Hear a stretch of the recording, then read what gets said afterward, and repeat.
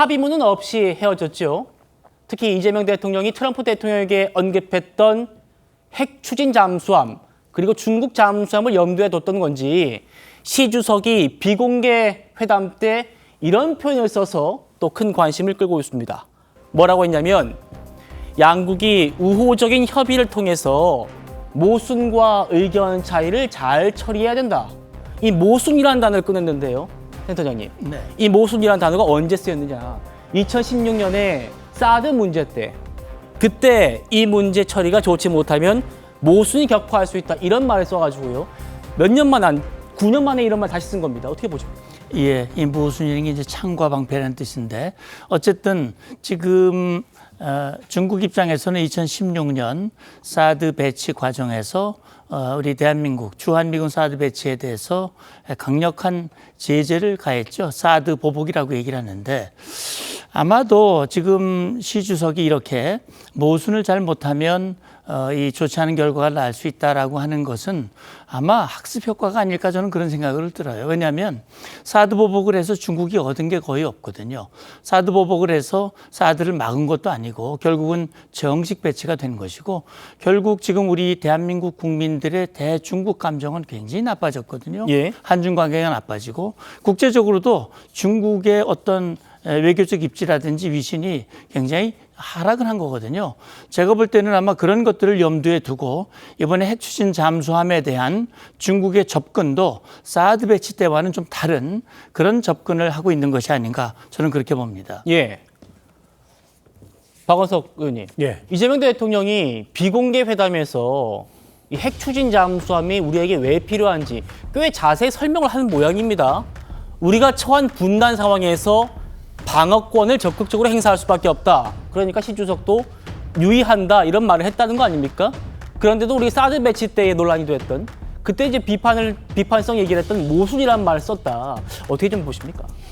그렇죠. 지금 한중 간의 이른바 이제 지정학적 이슈 내지는 이제 안보 현안이 매우 예민할 수밖에 없습니다.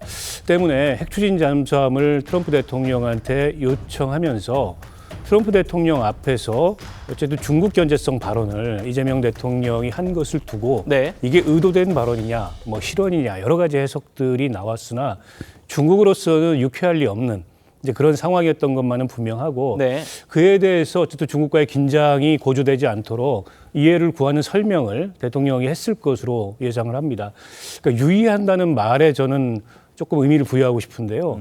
그 말이 굉장히 좀 다양한 의미로 해석이 될 수 있거든요. 네. 그러니까 이해한다는 측면일 수도 있고, 이해한다가 될 수도 있고. 내지는 우리가 마음에 담아두고 앞으로 주시하겠다, 뭐 이런 걸로 보일 수도 있고, 그러니까 다양한 해석이 열려 있는 표현이어서 이 문제는 단박에 뭐 한중 간에 이견이 됐든 뭐 합의가 됐든 해결될 문제는 아니고 앞으로도 이제 계속 진행될 수밖에 없는 그런 안보적인 이슈가 아닌가 싶고요.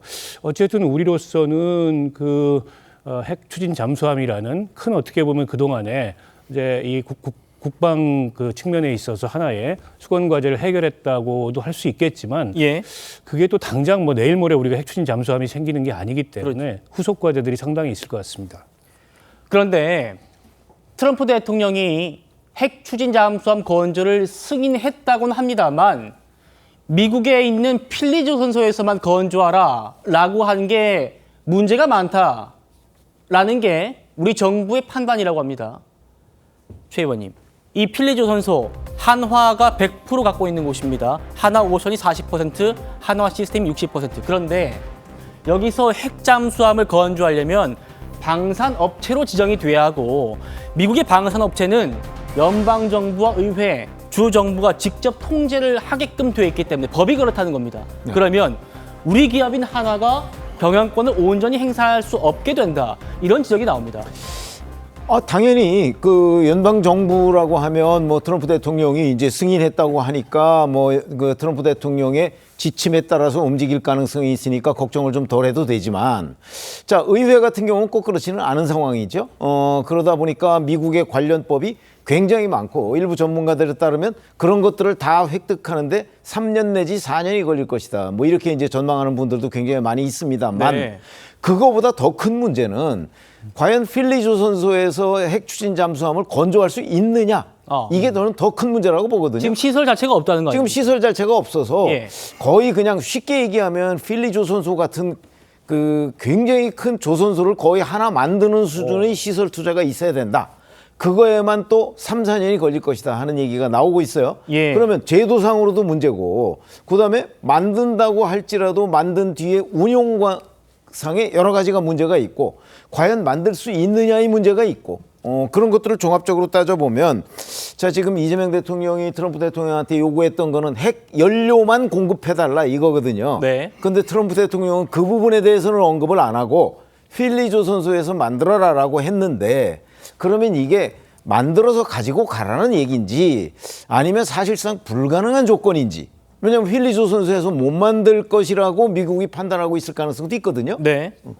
그런 것인지 아니면 필리 조선소에서 실제 만들려면 어마어마한 시설 투자를 해야 되는데 거기서 그래서 예를 들어서 핵 추진 잠수함 몇 척을 만들어 가지고 오면 그 시설을 다 필리 조선소에 남겨놓고 와야 될 거 아니겠습니까? 이런 것까지도 다 종합적으로 계산을 한다면 이게 과연 핵잠에 대한 승인이냐 아니면 불가의 의사표시냐 아니면 이제 그 불가의 의사표시라고 본다면 2018년에 그 트럼프 대통령이 한번 문재인 정부 때 승인한 적이 있거든요. 근데 우리가 독자 개발한다고 그러니까 제동을 걸었다고요? 그것처럼 이것도 우리가 필리 조선소에 가서 우리의 자본과 기술력으로 만약에 핵잠을 만들어 가지고 오겠다고 한다면 트럼프 대통령이 지금 승인이라는 이 과정을 그대로 과연 유지할까? 또 제동 거는 것 아닌가? 예. 뭐 이런 여러 가지 걱정들이 있는 그런 단어이기 때문에 우리가 지금 섣불리 자, 뭐 30년 만에 수건을 풀었다 이렇게 얘기하기 어려운 상황이라고 말씀드립니다. 예.